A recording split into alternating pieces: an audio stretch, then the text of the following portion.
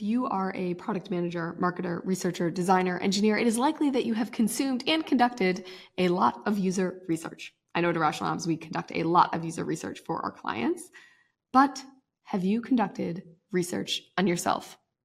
Today, I'm going to share a survey that my husband and I send each other every week. Yes, every week. Why we do it, what it is, and how you can do it too. Okay, this is the survey that we get.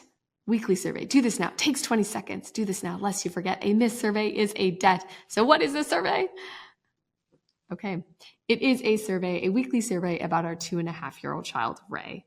So we ask ourselves, how much did you enjoy this last week with Ray? Now she's 2.5. So it does go up and down a bit. We have highs and we have a little bit less highs.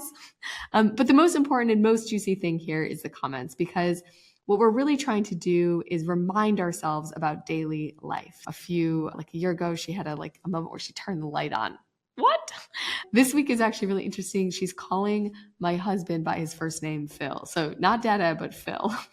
Weird. I want to record that. And it turns out that our memories are actually very bad. So research says that we remember about 10 to 20% of what we read, give or take. And if you watch a movie, that goes up. By the way, if you do active recall, that goes up. This is why some flashcards do tend to increase our memory.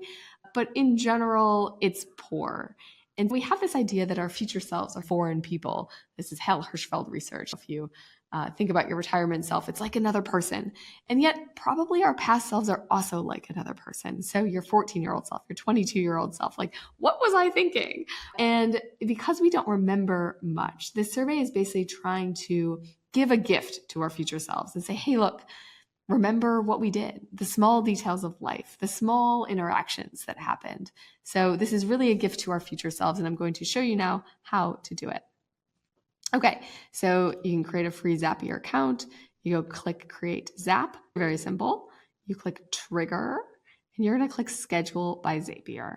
And there's only 2 steps to this. So Schedule by Zapier, you're gonna click every week. We do Sundays, you can do any day, and we do in the morning. So we'll do something like this, and then we'll click Continue. Now you could test it if you want. You also click Action. It's actually sometimes hard to find the next one. So you have to go, Email by Zapier. Wonderful. And then you're going to choose an event, send an outbound email. So the email is just coming from Zapier to your email, and you're going to enter 2. So if you ever want to email me, this is my email. I'll be happy to respond.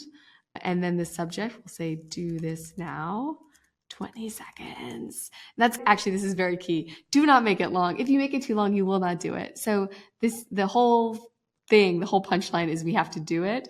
And so I would recommend only one quantitative question. So 1 through 7, 1 through 9, and one open text field. If it's too much of a burden, you're just not going to open that email. You're going to pass it right up, and you actually want to do it right in the moment. And this is where you copy and paste the Google survey links. You're going to go into Google Surveys. You're going to create a form, your Google form. You know how to do that. Copy and paste that right there. Boom, there you go. And you'll enter a couple of these things, and you have yourselves an email.